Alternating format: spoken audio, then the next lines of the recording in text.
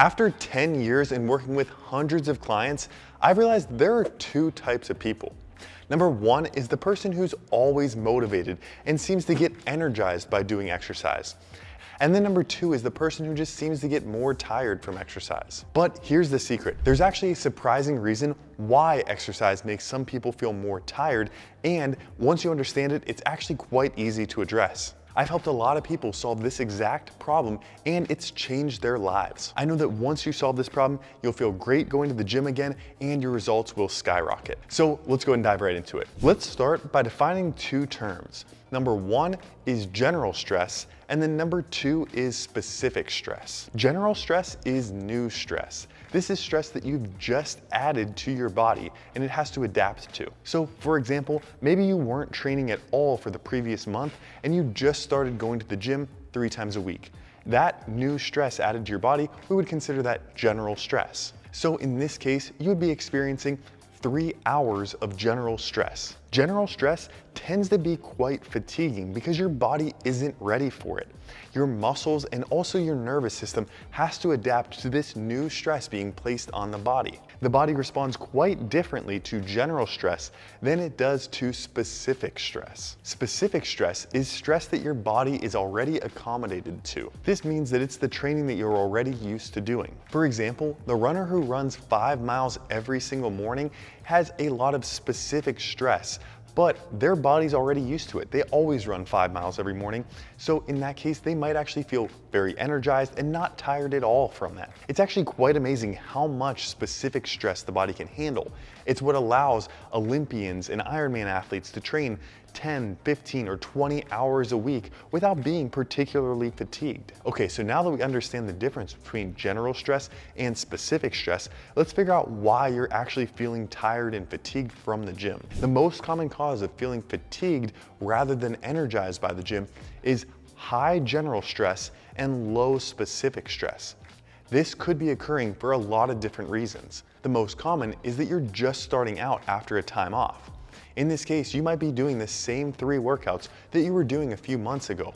But because you haven't worked out in the last month or so, these 3 workouts are all putting a lot of general stress on your body. 3 months ago, when you were consistently working out 3 times a week, that was all specific stress. So the same volume of exercise caused a lot less fatigue to your body. This can be really frustrating because it's the same 3 hours of exercise that you were doing before, and you used to feel great when you were doing it. However, as a coach and exercise scientist, understanding how general stress affects the body, I would expect these new workouts to be quite tiring for you.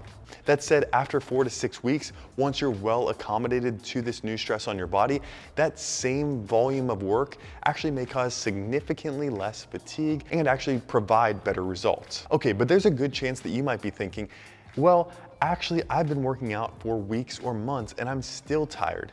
In fact, as I work out more and more, it's actually making me more fatigued. If that's the case, it's probably one of these 2 reasons. Number one is too many brand new workouts. A common mistake in the gym is making every single week feel like week 1, where it's brand new and a ton of new general stress on your body. When you're constantly doing new exercises, new weights, running random distances, and trying new things all the time, you're adding a lot of general stress to your body without specifically accommodating to it. This could lead over time to you ending up in this trap where you're having a lot of general stress and not really getting that much better. And the second reason is what I would call the volume trap. Here's how people commonly end up in the volume trap. This usually starts because you're just feeling kind of tired from training, so you decide, I'm gonna go into the gym still, but I'm gonna do more reps and less weight. The problem is, all of these extra reps and extra sets with less weight actually cause you more fatigue. Often this feeds the cycle to where you don't want to lift very heavy because you're still tired,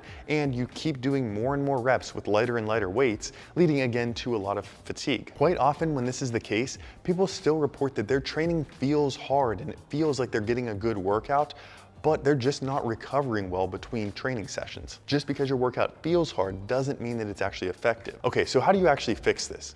And in the case of the volume trap, I think the easiest solution is just to significantly reduce your volume and actually increase the weight that you're using. Even though it won't feel like quite as good of a workout, try doing sets of just 2 to 5 repetitions with higher load or higher weight on the bar. Quite often, a few weeks of doing 5 sets of 2, 6 sets of 3, 4 sets of 4, something like that with higher loads resets someone who's been stuck in this volume trap for a long time. Try not to make the mistake of adding a bunch of random recovery tools, because a lot of times people who are stuck in this cycle add an ice bath and add a massage gun and try to add a bunch of recovery tools when they're not really addressing the root problem, in this case, the junk volume. Now, with all of those common mistakes laid out, I think it is important to mention that it is possible to truly reach a state of overtraining where you have to dial back.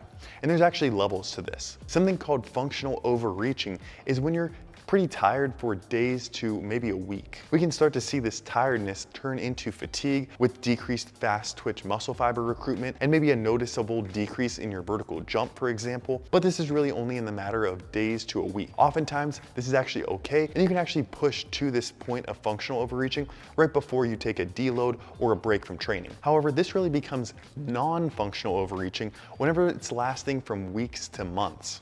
This is where you're experiencing increased resting heart rate, mood disturbances, stagnation in performance, and maybe even higher blood pressure and stress. If you're in this state and adding more training is not causing the expected training response of improving your performance further, then it's a good indication that you actually want to dial back. And removing training stress can actually help you facilitate more progress long term. It is really important that we catch this before it becomes true overtraining syndrome, and this is where the fatigue is lasting months to years, and it's a cycle that you can't get out of. If you get to the point of chronic low energy and sleep disturbances and even illness, then that's a good indication that we need to interject with a medical professional and really dial back training. All right, so I want to leave you guys with 3 guidelines, and if you follow these, I think it will help you stop the cycle of being more tired from the gym and actually have training energize you again. Number 1 is try to keep your general stress to about 10%, meaning that you don't want to change your workouts or your training sessions by more than about 10% week to week. If you're already accommodated to 3 hours of training per week,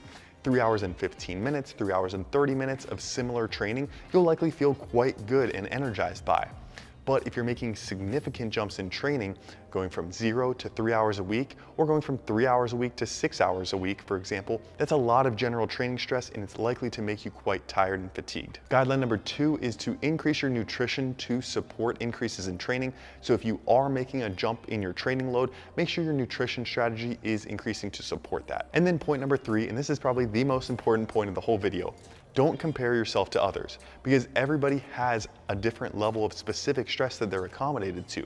Just because somebody else has low life stress at this point in their training cycle and they're able to handle 5 workouts a week or 7 workouts a week or whatever it is, doesn't mean that that's the right training for you. The right training for you, again, is probably within 10% of what you did last week. Make these changes gradually over time, keeping the general stress that you're adding or the new stress that you're adding to a reasonable amount, and you'll quickly notice that your exercise is energizing you again, you're feeling better going from the gym, and you're getting better results. If you are looking for a training program to follow to help you be really consistent week to week, I'll leave a link in the description below to all of the programs we have and recommend. All of our programs are hosted on the Train Heroic app, so when you go into the gym, you can open the app and know exactly what you need to do for each exercise, and you can also track your progress from week to week. This helps you remain consistent and push a little bit harder each week so that way you can hit PRs and feel great. If you guys do have any questions or any feedback, go ahead and leave them in the description below.